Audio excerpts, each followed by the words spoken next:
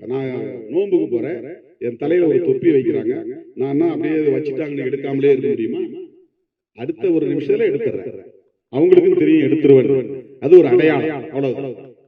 அடுத்த ஒரு நிமிஷத்துல எடுத்துருவோம். அப்ப அந்த பூசாரியா நெத்தியில திருநீர் பூசினாரு, அவருடைய உணர்வை நான் மதிக்கிறேன், அவருக்கு நான் வணக்கம் சொன்னேன், நன்றி சொன்னேன். கொஞ்ச நேரம் தானே வச்சிருக்க முடியும், அதை அப்படியே நான் வச்சுக்கிட்டு முடியுமா? புண்ணியம் கிடைக்கும் என்றும் நான் பூசிக்கொள்ளவில்லை, அவமதிக்க வேண்டும் என்றும் நான் அழிக்கவில்லை.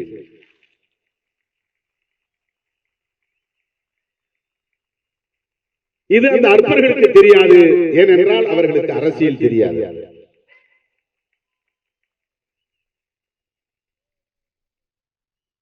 என் மீது நம்பிக்கை வைத்திருப்பவர்கள், என் மீது பாசம் வைத்திருப்பவர்கள் இன்றைக்கு கூட பல கோவில்களுக்கு அழைக்கிறார்கள், நான் போகிறேன். கும்பத்திலே தண்ணீர் ஊற்ற சொல்லுகிறார்கள், ஊற்றுகிறேன். இதெல்லாம் எனக்கு 100 வருஷம் வாழணும் அப்படிங்கிற ஆசைப்பட்டு தான் செய்யறேன். என் தாய் என்னை வீட்டுக்கு வரவேற்கிற போது ஆழம் எடுத்து நெற்றியிலே திருநீர் பூசுகிறார், அதை ஏற்றுக்கொள்கிறேன்.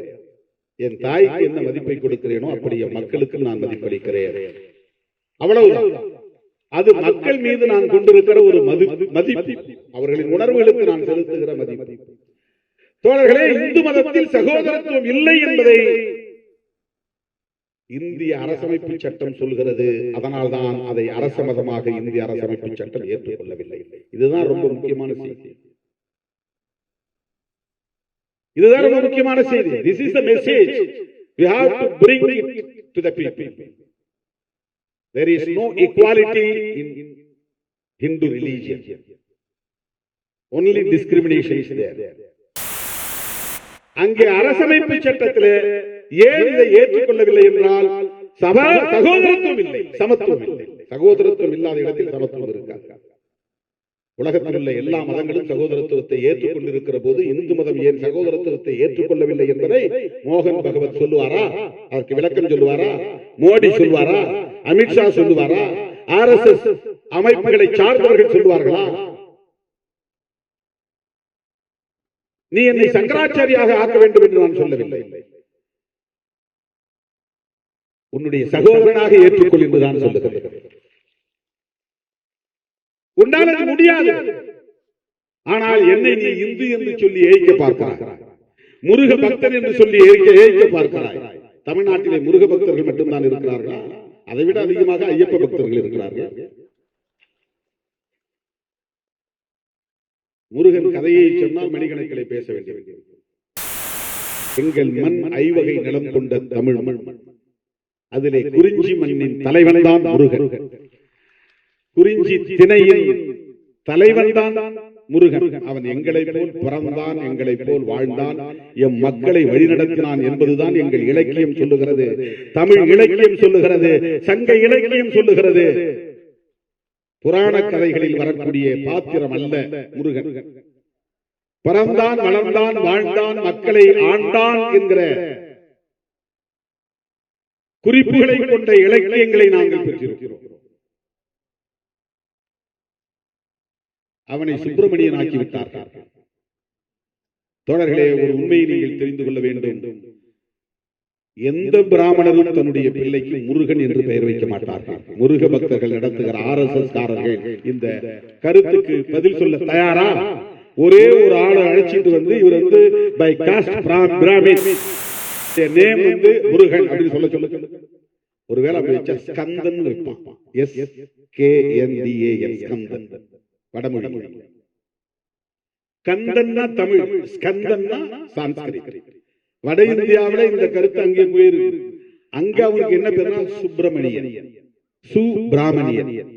பிராமணர் இல்ல, பிரம்மணியன். அதாவது பிரம்மன்கிற கடவுளுக்கு அவர் உடன்பாடானவர் அல்லது உறவானவர், ஏதோ ஒரு வகையில் அவங்களுடைய ஐடியாலஜி படி, மித்தாலஜி படி.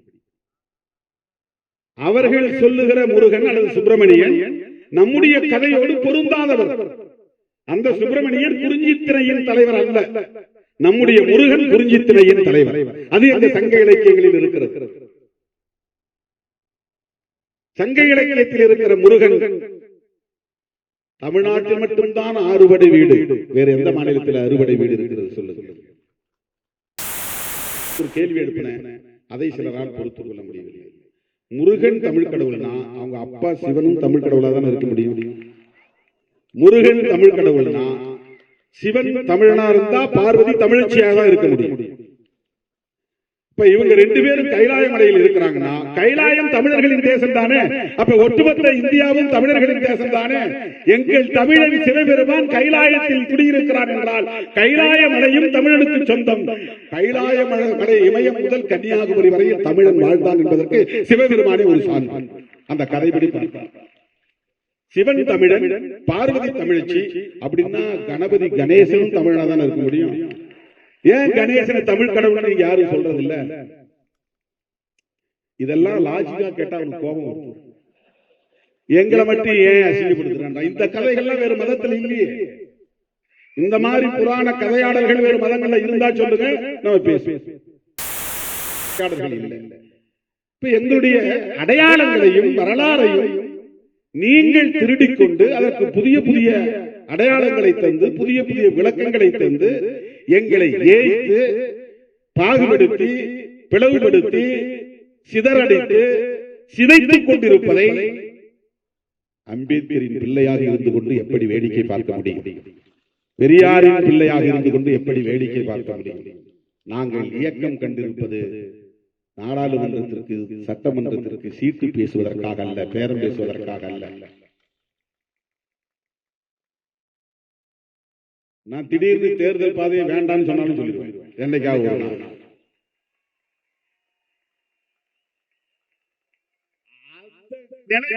ஏற்றுக்கொண்டு என்னோடு வரக்கூடியவங்க வாங்கன்னு நான் பாட்டு போய்கிட்டே இருப்பேன்.